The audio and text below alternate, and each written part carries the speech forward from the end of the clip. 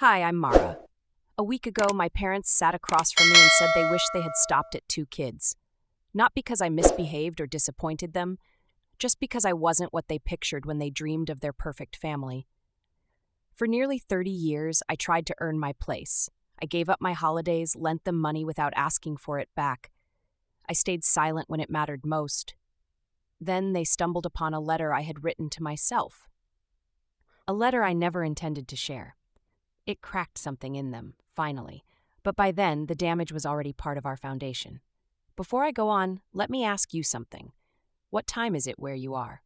Where are you tuning in from? Drop it in the comments. I actually read them. They say spring makes everything gentler.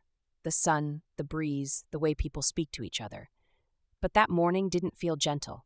I parked a block away from my parents' house on Brookvale Lane. It looked exactly as I remembered. Peach-colored shutters, the same rusted swing creaking gently in the breeze, and the tall pine I used to hide behind when I played Explorer at 6 years old. I held a container of lemon muffins in one hand and adjusted the scarf around my shoulders, a faded coral knit, slightly unraveled at the edges. My mother gave it to me years ago. Her version of "I'm sorry" that never actually included the words. Inside, the smell of cinnamon and roasted coffee clung to the air. I could hear my sister Elise before I saw her, laughing too loudly, telling stories like she was on stage. She barely acknowledged me when I walked in. Just a casual, hey, as if I'd wandered in from next door. My father sat at the head of the dining table, skimming headlines on his laptop like he was moderating a board meeting. No one rose to greet me. No one reached out for the muffins. I slid them onto the table gently. Citrus and poppy seed, I offered, trying to break the silence. His favorite. No one responded. Elise kept talking about her firm's new office in Charleston, how it overlooked the water and had floor-to-ceiling windows. My dad nodded the way people do when they're not really listening. I waited, hoping for a pause. Last weekend, my solo show at a local gallery drew a full house. People even lined up outside. It got mentioned in the Herald. I opened my mouth, Elise cut in. Dad, didn't you want to tell us about that investor from Austin, the one who's been calling? He leaned back and smiled. Oh yeah, sharp guy, listens well. You can tell he was raised right. I closed my mouth again. The muffins cooled untouched. No one looked at me. I just thought you'd want to know. I tried again. The show went well. Mom finally turned. Mara, you've always been so theatrical, even as a child. You don't have to make everything an event. I bit my tongue. She sipped her tea like she hadn't just gutted me. Then my father spoke. If I'm being honest, he said, like he was announcing quarterly numbers, we weren't ready for a third. It changed everything. That's not your fault. But it is the truth. He didn't sound cruel. He sounded practiced. Like he'd said this in his head 100 times. Elise didn't blink. Mom calmly folded her napkin and said, We didn't mean we don't love you. Don't twist our words. I sat frozen. My coffee had gone cold. My face burned. You actually said that? I whispered. Out loud? You always take things too far, Elise mumbled. I stood slowly. The chair scraped loudly against the hardwood. I need some air. The hallway smelled like lavender polish and memory. I wandered toward the photo wall like a sleepwalker. It had changed. New gold frames. Elise's wedding in Napa. Her toddler with chocolate cake on his cheeks. Mom and Dad on a cruise. Photos of our brother, Theo, winning his science medal. Childhood birthdays with balloons. Nothing of me. Even my graduation photo, gone. Where it once hung, there was a lighter square surrounded by dust, a gap, like a tooth knocked out of a smile. I felt my knees buckle, pressed a hand to the wall to steady myself. My throat was dry, my vision blurred, but I wouldn't cry here, not for them. I walked back toward the foyer, each step deliberate. I didn't bother saying goodbye. My scarf was still hanging by the door. I grabbed it, slipping it around my neck like armor. The air outside hit different. Crisp, clean, but not as cold as the words still echoing behind me. I stood on the porch for a moment, watching a squirrel dart across the fence. Then I said it, not loudly, but clearly, to no one in particular. They don't regret having me. They regret who I turned out to be. I didn't remember the drive back to my apartment. I must have passed 4 intersections without noticing the lights. My hand tightened around the steering wheel, then relaxed, over and over, like I couldn't decide whether to hold on or let go. Back home, the muffins were still warm in the tote bag, but I didn't touch them. The kitchen smelled like rosemary and leftover coffee. I set the tote down, took off my shoes, and stood in the middle of the room. Everything looked the same, but nothing felt the same. I walked to my dresser, opened the bottom drawer. Inside were little scraps I hadn't dared throw out. Old ticket stubs, childhood drawings, a broken charm bracelet. I sat cross-legged on the rug. The radiator clicked in the corner, filling the room with small, familiar noise. My fingers stopped on a birthday card. Cream-colored, bare. Inside, just 2 signatures. Love, Mom and Dad. No message, no happy birthday, just ink and absence. I flipped it over. Nothing. I thought of Elise's birthday that same year. The handmade card with glitter and hearts. The long letter inside declaring her the center of our universe. I remembered Mom reading it aloud at dinner while I helped clear plates. Even back then, I'd smiled through it. I should have thrown this card away years ago, but I tucked it back like it hadn't just sliced open a scar. All my life, I had been easy. The quiet daughter, the peacemaker, the one who didn't cause trouble. When I got straight A's, I hung the report card on the fridge myself. When I won that city art competition, I told Mom it was okay she missed the ceremony. You had yoga class, I said, even though I knew she hadn't. She smiled faintly. You're too sensitive, Mara. But it wasn't sensitivity. It was erasure. I pulled out my old sketch journal, the one with frayed edges and a broken spine. I hadn't opened it in years. One page was dog-eared. I flipped to it. Written in purple pen, scrawled across the middle. One day I'll be so loved, they'll wish they'd never doubted me. My eyes stung. I read it again. Then I whispered to the silence, still waiting. 2 days passed like slow rain on glass, quiet, gray, and without urgency. I barely left my apartment, except for one afternoon when I wandered out for coffee and came back with a cup I never drank. The TV played old reruns, the kind with canned laughter and fluorescent kitchens, but I didn't laugh once. Sunday morning, a message popped up on my phone. Brunch, 11 a.m. Darcy booked a private room. Come.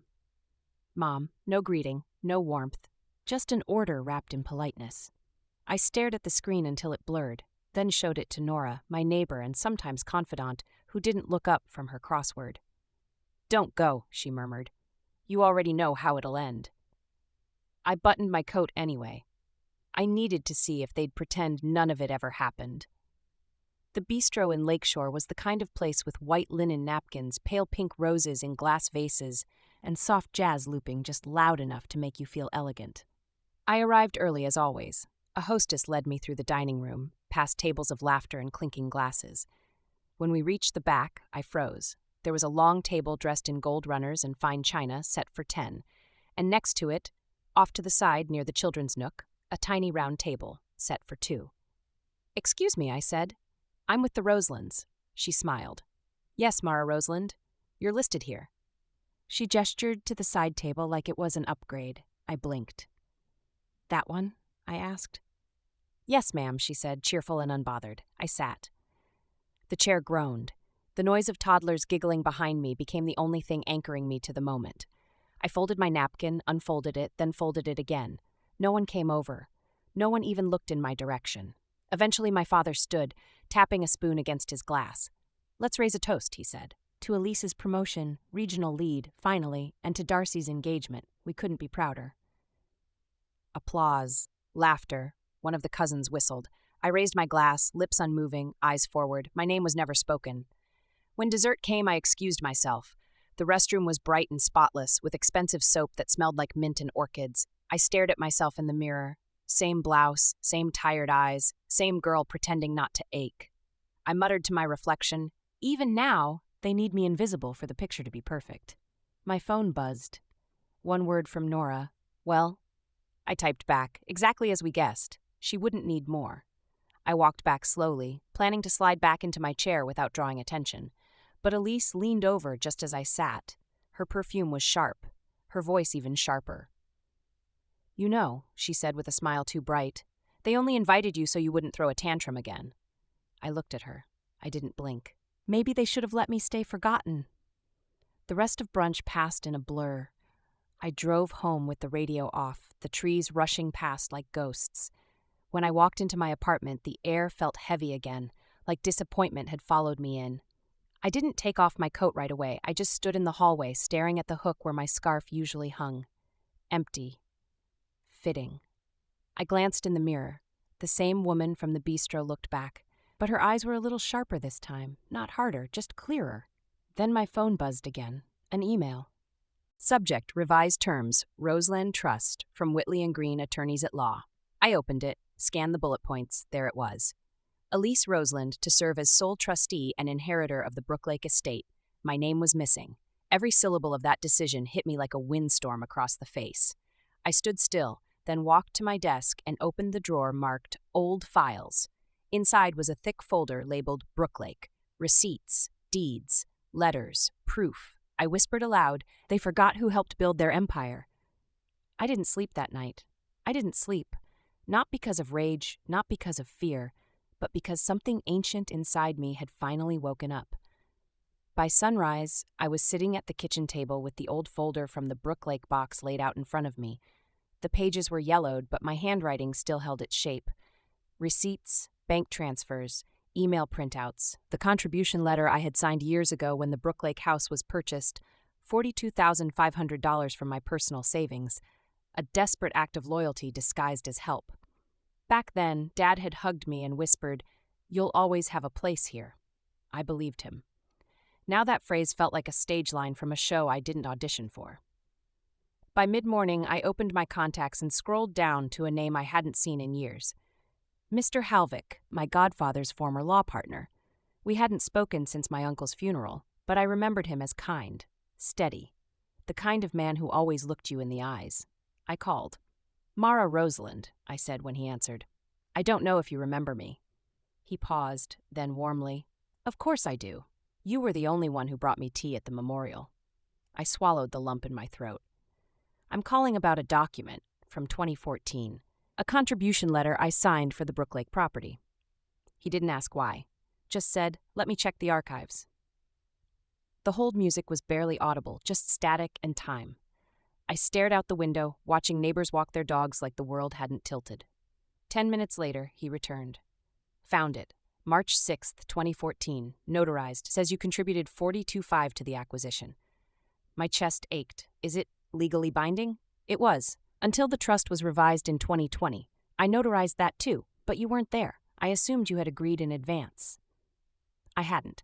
I was in the hospital after the car accident, recovering, alone, no visitors, no flowers, just silence. "Thank you," I said, barely audible. "Mara," he added gently, "I still have your signature on file. If you need representation, I can recommend someone outside the family network." I hung up, slowly, carefully. Then I stood and walked to the kitchen. The tile pressed cold against my bare feet as I leaned against the sink, shaking, not with anger, but with a calm resolve that chilled me. They had rewritten the story while I was unconscious, literally. I opened the fridge. The lemon muffins from brunch were still there. I picked one up and took a bite. Dry, crumbly. I tossed the rest into the bin. That afternoon, I pulled out a canvas from behind my couch, one I hadn't touched in months. A stormy abstract, half blue, half bone white, with jagged lines slashing through the middle. I dipped my brush into fresh black paint, dragged it across the surface, not to cover the pain, but to underline it. I didn't cry, I didn't scream, I painted. And that night, I wrote a single line in my sketchbook. "I won't ask to be remembered. I'll make sure I'm impossible to forget." It was a Tuesday when I decided to return, not for tea, not for closure, but for correction. I dressed plainly, navy blouse, charcoal slacks, no earrings, no softness, just the folder in my tote bag, now organized with dates, stamps, and signatures that told the version of the story they'd tried to erase. I didn't rehearse what I'd say. I wasn't looking for drama. I was looking for clarity. The drive to Brookvale Lane felt longer than usual, like the silence inside the car was measuring every year I had kept quiet. When I pulled into the driveway, I saw the curtain twitch in the front window. They had seen me. I walked up the porch steps, steady and deliberate. My mother opened the door, wearing that half smile she reserved for neighbors she didn't really like. "Mara," she said like I was there to return a casserole dish, "this is unexpected." Elise appeared behind her, holding a cappuccino like it was a prop. "Well, well," she chimed, "look who finally decided to show up." I didn't greet them. I stepped inside. Dad was in the kitchen, leaning against the counter, tapping through emails on his phone. "Coffee?" he offered, without looking up. "No," I said firmly, setting my tote on the table. "I'm not here for coffee." They all stopped. I reached in and pulled out the folder, spread the pages out like cards on a table. "I'm here to make something clear. You erased me. I'm putting myself back in." Elise chuckled. "Are we really doing this again?" I didn't flinch. "You revised the trust while I was unconscious. You used my recovery as an opportunity to rewrite history." Mom sat down, slow and careful, her mouth a tight line. Dad rubbed the bridge of his nose like he was tired, like being caught in betrayal was just an inconvenience. "I have the original documents," I continued. "Proof of contribution. Notarized, signed. I also have your letter, Dad, from 2014, stating the estate would always be split equally." He opened his mouth, then closed it. Elise rolled her eyes. "Mara, you were in no condition to manage anything back then. We made a decision that protected the family." "No," I said quietly. "You made a decision that protected your reflection, not your family." I laid the last sheet down. A notarized letter from Mr. Halvick confirming my financial input into the Brooklake property. "My lawyer will be in touch this week," I said. "We're entering formal mediation. I'm not asking for fairness. I'm demanding it. Silence. Not defensive. Not angry. Just startled." I picked up my bag and turned to go. No one followed. No one stopped me. The porch steps creaked under my feet, but the air outside felt still, centered. By the time I slid into the driver's seat, my hands had stopped trembling. There was no victory, but there was grounding. Back home, I placed the folder gently on my kitchen counter. Then I stared at my reflection in the hallway mirror. Same eyes, same woman, but something had shifted behind the gaze. I whispered, "That chapter is over. I'm writing my own now." And for the first time in my life, I believed myself. 2 days later, a letter arrived. The envelope was thick, formal, the kind that folds in on itself like it knows it's bringing bad news. My name was printed in bold across the front. No warmth, no Ms. Just Mara Rosalind, like a defendant. Inside, the contents were clear. A counterclaim. Filed by Elise Rosalind. In it, she stated that I had exhibited recurring emotional instability, that I had a documented history of erratic behavior following my car accident. She mentioned therapy sessions, prescriptions, even a journal entry I had once read aloud at a support group. There were no outright lies, just the kind of selective truth that turns reality sideways. No mention of the hospital days when no one visited, no mention of the weeks I spent relearning how to move without pain, no acknowledgement of what it means to heal in silence. I held the letter like it might scorch my skin, not because I was afraid, but because I knew exactly what this was. Retaliation. A preemptive strike disguised as concern. I stood there, in the center of my kitchen, the sunlight filtered through the blinds like prison bars. My heart wasn't racing, my hands weren't shaking. I wasn't surprised. I was resolved. That afternoon, my inbox pinged with something unexpected, a name I hadn't seen in years. Harmony Commons, the nonprofit I used to volunteer for, before the fallout, before the silence, before everything got swallowed by inheritance lawyers and cold brunches. They were holding a panel discussion. Topic: invisible labor, the unseen emotional work of women in families. They wanted me to speak. 5 years ago, I'd been on that very stage, raising funds for single moms, nervous, hopeful, hungry for approval. This time, I stared at the invite and felt something I hadn't in months. Direction. I clicked reply and typed, "I'll be there." Thursday afternoon, I stood backstage in a modest room lit by fluorescent lights, folding chairs, a chipped podium, coffee that tasted like cardboard. Nothing fancy, but it felt real. My name was called. I stepped forward. "Hi, I'm Mara Rosalind. Artist, daughter, and for a long time, someone who believed that if I stayed quiet, I'd be loved." I saw heads nodding, not out of politeness, but because they knew, deep in the bone. I thought if I didn't ask for too much, if I kept the peace, I'd earn a seat at the table. But some tables weren't built for us. I paused. Then a voice rang out from behind me, soft, sweet, sharp as glass. "Hi, everyone," Elise said. "I'm Mara's sister. I just wanted to offer a bit of context." Gasps rippled through the crowd. I didn't turn. "She's been through a lot," Elise continued. "After her accident, things changed. It's been complicated." I let her speak, let her drip poison with a perfect smile. "She's not unstable," she added, "just emotional. Sometimes memory doesn't align with reality, especially when feelings run high. I turned to her, slowly, held her gaze. "You're right," I said. "I did have a breakdown." Her smile twitched. "And do you know why? Because I spent 30 years being edited out of my own life." The room stilled. I wasn't unstable. I was unheard. I pulled out a single sheet from my folder, a journal page, my handwriting smudged at the edges. My father found this once, and for the first time in his life he cried. I didn't read it aloud. I didn't need to. Some things speak loudest in silence. I looked at the crowd. Some of us shrink for years, hoping we'll finally fit the mold, but it's not us that needs reshaping. It's the mold that was broken from the start. A slow clap started on the left, then another, then more. I walked off stage not to applause, but to understanding, and for the first time in a long time, I didn't dissolve into the quiet. I carried it with me. The applause faded, but its echo lingered long after I left the building. Back at home, I made tea, not because I needed comfort, but because it felt like a declaration. I'm still here. I poured it slowly, watched the steam rise like breath returning to a body that forgot how to exhale. My phone buzzed. An email. From Arthur LaRue. Subject: Something your father wanted you to have. I didn't recognize the name at first. Then it clicked. He was my father's longtime attorney, the man who helped set up the original Brooklake Trust. I opened the message. "Mara, he asked me to send this if you ever came forward. Said he didn't know how to say it to your face. I think it's time." Arthur attached was a scanned letter, an addendum to my father's will. It was dated 11 months ago. I clicked it open. The first line wasn't typed. It was handwritten. To Mara, because I finally saw who held the roof up all along. I stopped breathing. Underneath were legal acknowledgments, a reinstatement of my contribution, a revision listing me as co-owner of the Brooklake estate, proof that, at least once, he had tried to fix it. I didn't cry, not out of strength, but out of exhaustion.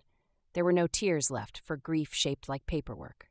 But I felt something loosen in my chest, like someone had untied a knot I didn't even know had been strangling me.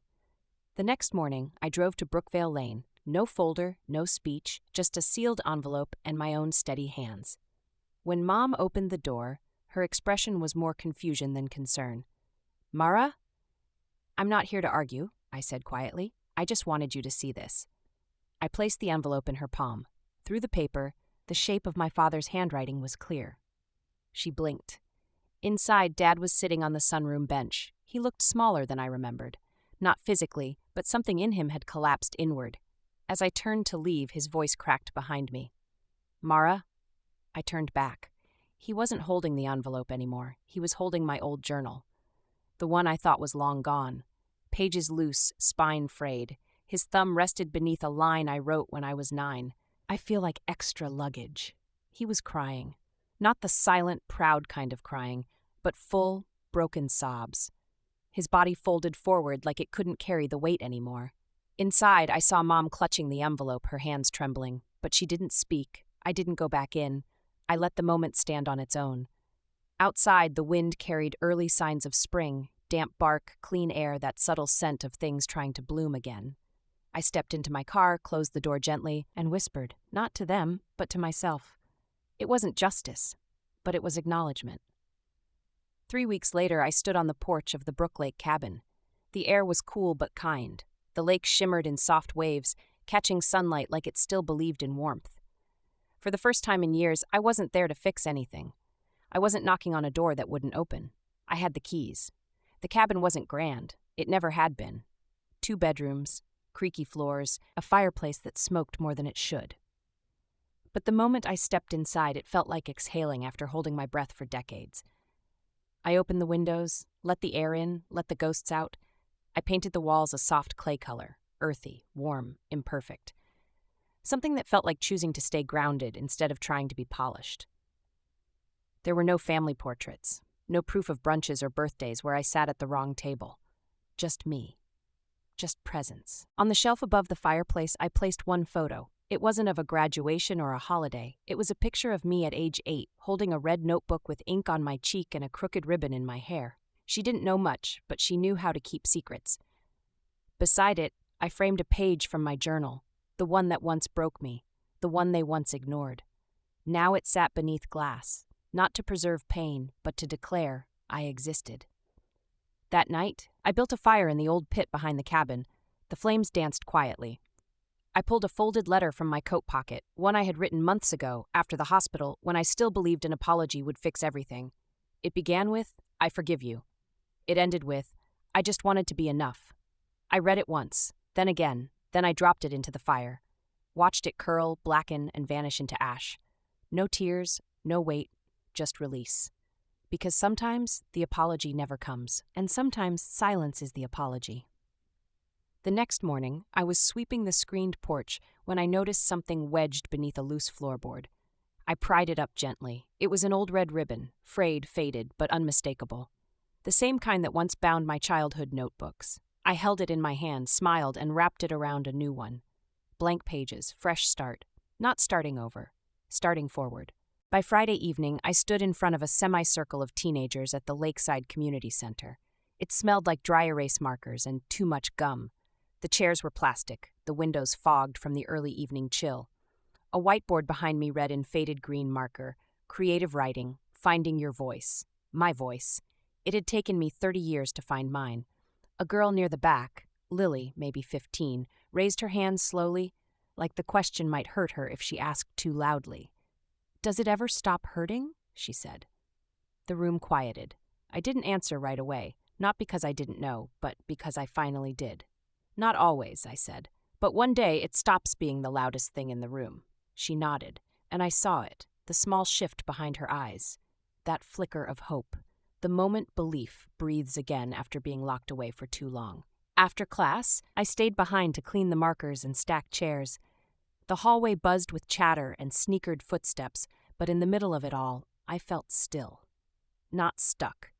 Still. Later, I sat on the porch of the cabin with a mug of cinnamon tea and the lake humming softly in the background. A fresh breeze stirred the trees, and the sky shifted toward dusk. I opened the new notebook. Blank pages, red ribbon wrapped neatly around the spine, no pressure to write something beautiful. Just true. I thought of all the years I tried to be someone they could proudly introduce. Someone easy, someone less me. And I thought about how far I'd come from that girl in the mirror who thought love had to be earned by disappearing.